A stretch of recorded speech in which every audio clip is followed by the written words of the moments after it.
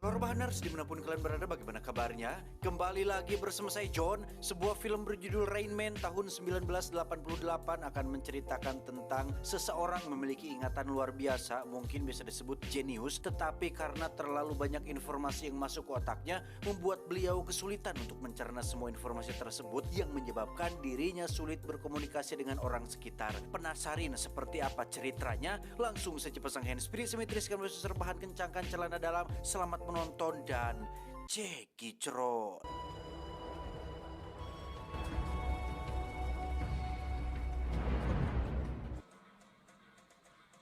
Perkenalkan, dia adalah Charlie Babbitt, seorang dealer mobil-mobil branded berkelas yang saat itu sedang mengalami tekanan dalam keuangan bisnisnya, sementara pinjaman modalnya harus segera dibayar, sedangkan penjualan saat itu sedang tidak baik-baik saja. Only by 5:30, he's gonna come and seize all the cars. I'm gonna have to call you back. So you still want to go with all these problems? Hey, we're seconds away from closing this deal. Akibat permasalahan tadi, acara weekend dengan sang kekasih bernama Susana pun harus berantakan, di mana Charlie mendapat kabar dari pengacara keluarganya bahwa sang ayah baru saja meninggal dunia, sehingga Charlie segera putar arah menuju pusara terakhir ayahnya dimakamkan. Yang aneh adalah, Charlie sama sekali tidak menunjukkan raut wajah sedih, sehingga bisa disimpulkan bahwa hubungannya dengan sang ayah selama ini tidak baik-baik saja. Dedication to family. For our memory, admiration. Setelah menghadiri acara pemakaman sang ayah, Charlie dan Susana langsung pergi ke rumah mendiang sang ayah, yang mana tempat pertama yang dikunjungi adalah garasi, yang di situ ada mobil merek Buick Roadmaster Convertible tahun 1949, di mana mobil inilah alasan kenapa hubungan Charlie dengan sang ayah menjadi renggang, gara-gara mendiang sang ayah yang melarang Charlie untuk meminjam mobil antik tersebut. Only 8,000 production models made, straight 8. Fireball 8. The car was off limits to me. That's a classic Itsei, commands respect. Di malam itu juga Charlie langsung menemui pengacara keluarga untuk mengetahui isi surat wasiat sang ayah, yang di situ Charlie benar-benar terkejut saat mendiang hanya mewariskan mobil yang ada di garasi, sementara seluruh aset dan kekayaannya diwariskan kepada seseorang atau pihak ketiga yang namanya dirahasiakan. How does that work? Forgive me, but there's nothing more I can say. Penasaran dengan siapa ahli waris yang dimaksud, Charlie pun mendatangi beberapa kantor dan instansi terkait, di mana petunjuk mengarah kepada nama seorang dokter yang bertugas di sebuah rumah sakit berkebutuhan khusus atau tempat bagi orang-orang memiliki keterbelakangan mental. Excuse me.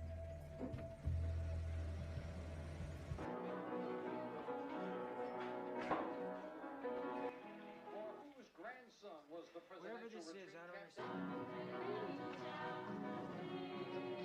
Berhasil menemui dokter yang dimaksud, Charlie kembali harus mendapat kekecewaan ketika Pak Dokter bernama Brunner ini sama-sama merahasiakan nama sang ahli waris, di mana Susana yang menunggu di luar pun didatangi oleh seorang pria, lebih tepatnya pasien di rumah sakit ini, yang ujug-ujug masuk ke dalam mobil, duduk di sana, dan mengklaim bahwa mobil tersebut adalah mobil milik ayahnya. Saturday, never drive on Monday. What is this? Who is this guy? And then he jumped into the car. Yang menarik adalah pria ini bisa mengetahui nama lengkap ayah Charlie termasuk alamat rumahnya, yang sontak hal tersebut cukup membuat Charlie rewas. Loh, siapa mas-mas ini? Saat itulah muncul Dr. Browner yang akhirnya tidak punya pilihan lain selain menyampaikan kebenaran tentang pria ini atau pasien ini adalah bernama Raymond, kakak kandung Charlie yang sejak kecil dirawat di rumah sakit tersebut. Raymond is your brother. And after that, the dog bit him. I yelled at my dog. Hello, I'm Doug Llewellyn, and welcome to the People's Court. Saat Raymond sedang menonton acara favorit itulah si dokter bercerita bahwa sejak tahun 1965 ketika Charlie masih berusia 3 tahun, Raymond kakaknya dititipkan di tempat ini, di mana Raymond mengidap suatu kondisi bernama autistic savant, atau kondisi di mana seseorang memiliki bakat luar biasa dalam menghafal dan mengingat berbagai hal dengan sangat cepat, tetapi kesulitan mengolah dan mencerna yang menyebabkannya menjadi sulit berkomunikasi dengan orang lain. Himself, or probably even understand his own emotions. How much money he's been left? No, he doesn't understand the concept of money. Penasaran dengan itu, Charlie mencoba membuktikannya dengan bertanya tentang segala hal kepada Raymond, di mana dia dan Susana cukup terkejut saat Raymond benar-benar bisa mengingat dan menjawab semua pertanyaan dengan benar. Ted Kruzewski. Klazuski, 1957. Lifetime batting average, 298. Closer to him than anybody in the world. Known him for 9 years. Charlie meminta izin perawat untuk mengajaknya jalan-jalan ke taman. Di situ Charlie mencoba membujuk Raymond agar mau ikut bersamanya, yang kita tahu ini semua hanyalah sebuah cara supaya Charlie bisa mendapatkan separuh dari harta warisannya, yang mana satu-satunya cara untuk mendapatkan itu adalah dengan membujuk Raymond supaya mau membaginya dengan Charlie. Los Angeles. Thought maybe go to Los Angeles like to see a Dodger game go. Seperti kata pepatah, cara terbaik untuk bersembunyi adalah dengan tidak bersembunyi sama sekali. Charlie membawa Raymond dengan tidak susulumputan alias terang-terangan di depan mata perawat yang mengira jika Charlie hanya sedang mengajak Raymond jalan-jalan di sekitar taman saja.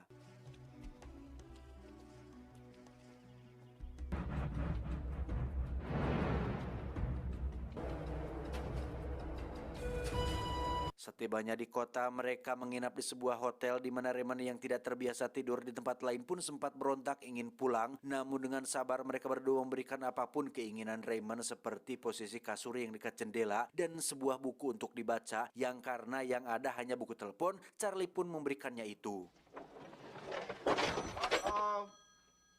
VERN. As we present our big bonanza of cash. Singkat cerita, malam pun tiba. Ketika Raymond masih anteng membaca buku telepon, sayup-sayup terdengar suara ikeh-ikeh dari kamar Charlie yang ketika dihampiri, mereka berdua ternyata sedang melakukan tanpa Raymond sadar bahwa hal tersebut adalah privasi, sehingga Charlie langsung mengusirnya dengan kasar. Get out! Go! Stop it. Susano meminta Charlie untuk meminta maaf kepada Raymond atas kata-kata kasarnya barusan, di mana Charlie justru malah lebih kasar lagi kepada Raymond yang tidak tahu etika, sehingga hal itu semakin membuat Susana marah, terlebih lagi saat dirinya baru mengetahui jika Charlie telah membawa Raymond tanpa izin hanya gara-gara ingin harta warisannya saja. Raymond, am I using you? Am I using you, Raymond? Yeah. Shut up! He is answering. What do you want from me? What do you want from me? Alhasil kini hanya tinggal Charlie seorang yang harus sabar menghadapi kondisi yang dialami oleh kakak kandungnya demi bisa mendapatkan separuh dari harta warisan tersebut. Saat itulah Raymond tiba-tiba bisa menebak nomor telepon seorang waiter, yang hal itu dia dapatkan dari buku telepon yang dibacanya tadi malam. How'd you know that? Should read the telephone book last night. Dibs Sally. 4610. Ketika Charlie sedang sibuk menelepon karyawannya di kantor, Raymond tak sengaja menjatuhkan tusuk gigi hingga berserakan, di mana dia mampu menebak semua tusuk gigi tersebut secara akurat, sehingga hal ini menjadi bukti kuat lagi bahwasannya Raymond adalah orang yang sangat jenius. Plus 246 total. Change. Charlie kembali melanjutkan perjalanan menuju LA untuk mengurusi masalah di kantornya, dan sangat buru-buru sekali karena 3 jam lagi harus sudah sampai di sana. Namun Charlie benar-benar dibuat kesal ketika Raymond menolak semua maskapai yang ada dengan alasan bahwa mode transportasi udara adalah salah satu mode transportasi paling berbahaya, berikut dengan menyebutkan satu persatu riwayat kasus kecelakaan pesawat yang pernah terjadi sebelum-sebelumnya. Delta crash August 2nd, 1985. Lockheed L-10. Delta crash November 15, 1987. American Flight 625 crashed April 27, 1970. Dan ya, karena Raymond ngagoak tidak para ruguh, Charlie harus rela menuju LA menggunakan mode transportasi darat, yaitu mobil, di mana dia terpaksa harus menempuh jarak dan waktu yang sangat-sangat lama untuk bisa sampai di tempat tujuan. Lagi-lagi Charlie harus sering-sering istighfar dan mengelus dada tatkala Raymond ingin jalan kaki, karena jalur ini adalah jalur berbahaya dan sering terjadi kecelakaan beruntun, sehingga dengan sabar Charlie pun nuturkan Raymond dari belakang sampai tiba di persimpangan. Who does? Absolutely. All I'm trying to find out is why didn't tell me who the guy on first, who the first baseman. Mereka berdua istirahat dan menginap di sebuah motel. Charlie yang sedang pusing dengan pekerjaan pun harus kembali dibuat ribet saat Raymond meminta hal ini, itu, seperti yang biasa dia dapatkan di rumah sakit. Namun yang menarik adalah Charlie sekarang bisa lebih sabar dan bersedia memberikan apapun yang Raymond mau demi harta warisan tentu saja. Shakespeare wrote over 150 poems in this 14-line. Keesokannya mereka berdua melanjutkan perjalanan menuju LA, yang di sepanjang jalan Raymond terus saja merengek minta dibelikan celana dalam atau sempak baru dari Kmart yang ada dekat rumah sakit tempat tinggalnya. Ditawari beli di Alfamart atau di Yuli Mart, dia tidak mau. Pokoknya harus dari Kmart aja yang biasa dibeli, sehingga hal itu cukup membuat Charlie ambek-ambekan sendiri. My boxer shorts have my name and it says Raymond. All right. When we pass the store, we'll pick. Underwear! Hey, what difference does it make? Underwear Tiba di kota, Charlie kembali mengecek pekerjaannya dengan menghubungi karyawan di kantornya, di mana dia tidak sadar jika Raymond masih saja kekeh mempermasalahkan tentang celana dalamnya dan menyebabkan kemacetan lalu lintas akibat kepanikan mencari Kmart yang sedang dicarinya. Raymond? You ain't gonna move, I'll move. Hey, buddy. Hey, you. It's all right. Kmart. Gotta get to Kmart. Raymond. Merasa kambuh kakaknya semakin parah, Charlie segera membawanya ke klinik setempat yang di situ ada Pak Mantri yang justru dibuat kagum saat Raymond bisa menjawab pertanyaan secara cepat dan akurat seperti sebuah kalkulator. 38376. He's right. 2304. 2304. 5359262. He's a genius. He's right. Are you autistic? Karena klinik memiliki keterbatasan dalam menangani seseorang dengan autistik, Charlie pun membawa Raymond melanjutkan perjalanan yang di situ kita akan melihat Charlie kembali melakukan telepon dengan anak buahnya perihal pekerjaannya di kantor, di mana saat Charlie sedang sibuk-sibuknya, Raymond benar-benar tidak mau mengerti dengan terus saja merengek. Sebentar lagi pukul 15.30, acara kuis favoritnya akan segera dimulai. Alhasil, Charlie mau tidak mau harus menuruti keinginan kakaknya karena jika tidak pasti akan terus mengamuk dan merengek. Sehingga Charlie mendatangi salah satu rumah milik warga setempat dan meminta izin si ibu pemilik rumah untuk menonton acara kuis yang dimaksud.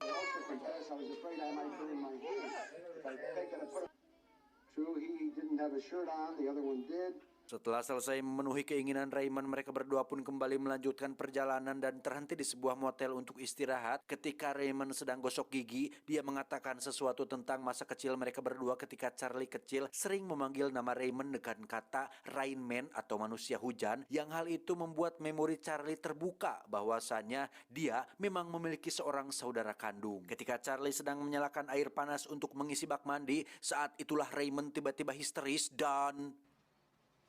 Who took this picture? TAD. Harry! Oh, this is very bad! Very bad! Ray, how are you? Akhirnya terungkaplah alasan kenapa Raymond sejak kecil dikirim ke rumah sakit adalah semenjak terjadi insiden tatkala Raymond tak sengaja memandikan Charlie kecil dengan air panas yang membuatnya menangis, sehingga kedua orang tuanya merasa bahwa lebih baik mengirim Raymond ke rumah sakit supaya tidak terjadi hal-hal yang tidak diinginkan seperti kejadian pada saat itu. That's why I put you away. Thought you hurt me. Keesokan paginya ketika mereka berdua sedang mencuci baju, Charlie seperti biasa menghubungi kantornya untuk menanyakan tentang situasi pekerjaan mereka saat ini yang ternyata gara-gara Charlie telat mengurusi pinjamannya sebesar $80.000, semua aset-aset usahanya disita paksa oleh pihak kreditor yang membuatnya langsung amuk-amukan tidak pararugu.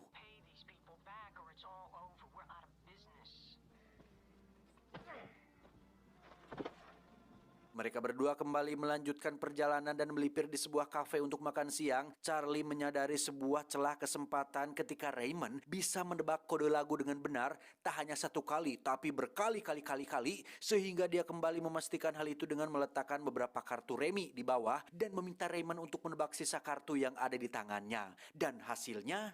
You watching that? Yeah. 2 jacks, 1 8, 1 king, 1 6. You are beautiful, man. Do if it's good, Ray. Now listen, casinos have house rules. Tak buang waktu, Charlie segera pergi ke sebuah kasino di Las Vegas untuk memanfaatkan kebisaan Raymond yang luar biasa tersebut. Tetapi sebelum itu, penampilan mereka berdua harus terlihat meyakinkan supaya orang-orang di kasino tidak memandang mereka sebelah mata.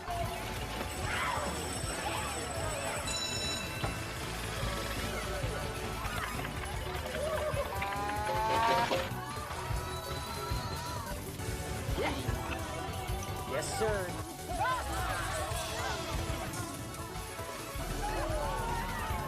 Dan betapa amazingnya kemampuan otak Raymond ketika dia bisa memenangkan semua permainan tanpa miss satupun, di mana Charlie berhasil mendapatkan sekitar $86.000 dalam waktu singkat, yang hal itu tentu saja memancing pihak kasino untuk menyelidiki permainan di meja mereka berdua. This is Sam.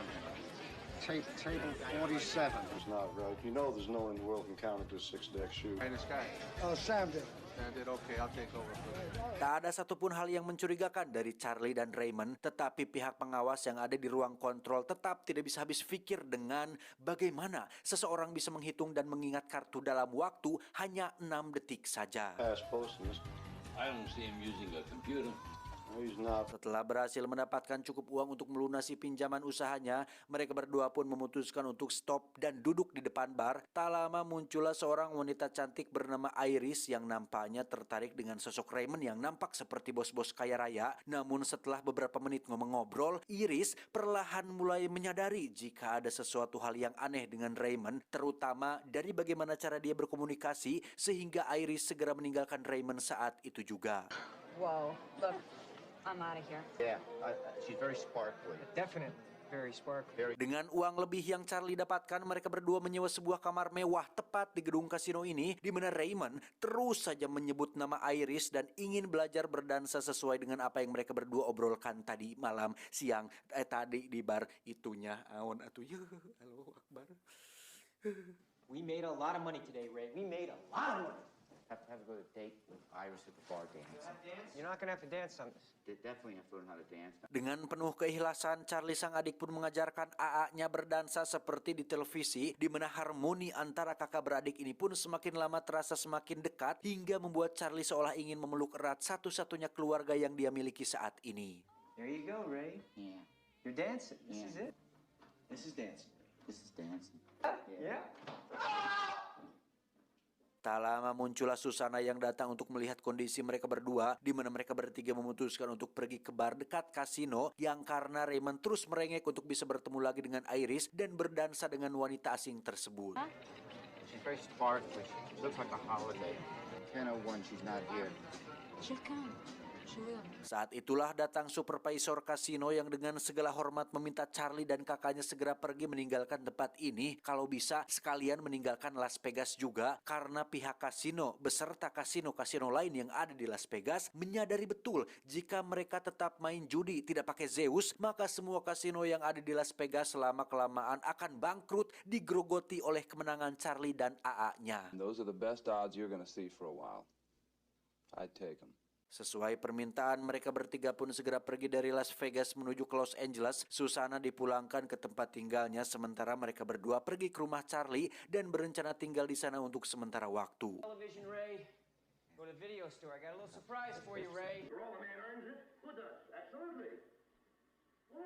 Ketika Raymond atau Rain Man sedang anteng nonton televisi, saat itulah Charlie ditelepon oleh si Dr. Brunner perihal masalah Charlie yang membawa Raymond tanpa seizin rumah sakit, sehingga Charlie diminta untuk menemuinya di suatu tempat untuk membicarakan masalah tersebut.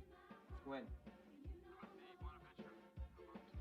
Tiba di lokasi, Dr. Brunner sebagai orang yang dipercaya untuk menjaga Raymond pun merasa tidak regreg alias tidak tenang jika amanat yang dititipkan mendiang ayahnya Charlie dan Raymond tidak dilaksanakan. Sebenarnya bisa saja Dr. Brunner membawa masalah ini ke kepolisian atau pengadilan supaya Charlie menyerahkan Raymond kembali, tetapi dengan fakta bahwa Charlie adalah anggota keluarganya yang sah, akan sedikit sulit untuk bisa memenangkan kasus tersebut, sehingga Dr. Brunner menemukan solusi terbaik, yaitu dengan menawarkan cek sebesar $250.000 atau sekitar 3 miliar rupiah lebih untuk Charlie agar menyerahkan Raymond dan menjauh dari kehidupannya. And no strings attached.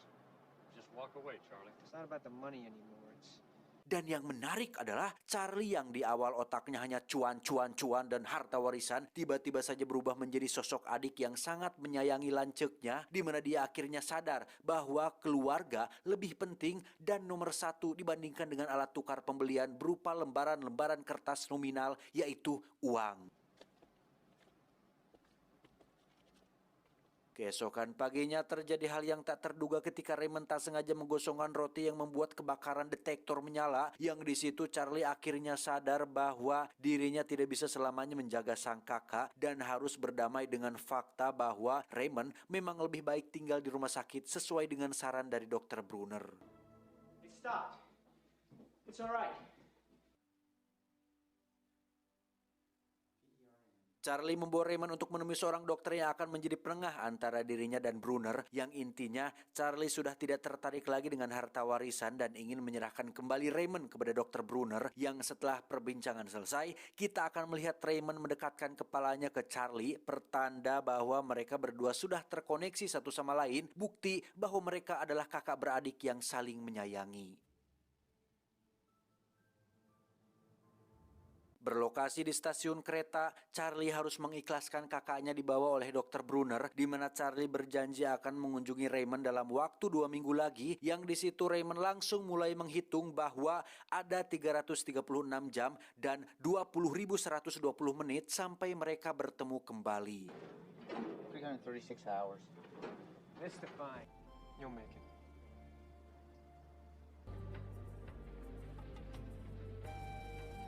Tamat, ending yang cukup mengdramakan. Jangan takut mencoba hal yang baru, gapailah impianmu. Tapi ingatlah, tak peduli kemanapun kamu pergi, keluarga adalah tempatmu kembali. Ingat, lebih baik hidup sederhana tapi bermakna daripada hidup mewah tapi mengorbankan cinta keluarga. Saya John, mewakili tulang punggung keluarga, mengucapkan terima kasih dan sampai jumpa di video selanjutnya. Adios, kumis tebal, semut rang-rang. Cuau, cuau, cuau. Gitu ya. Kemunanya,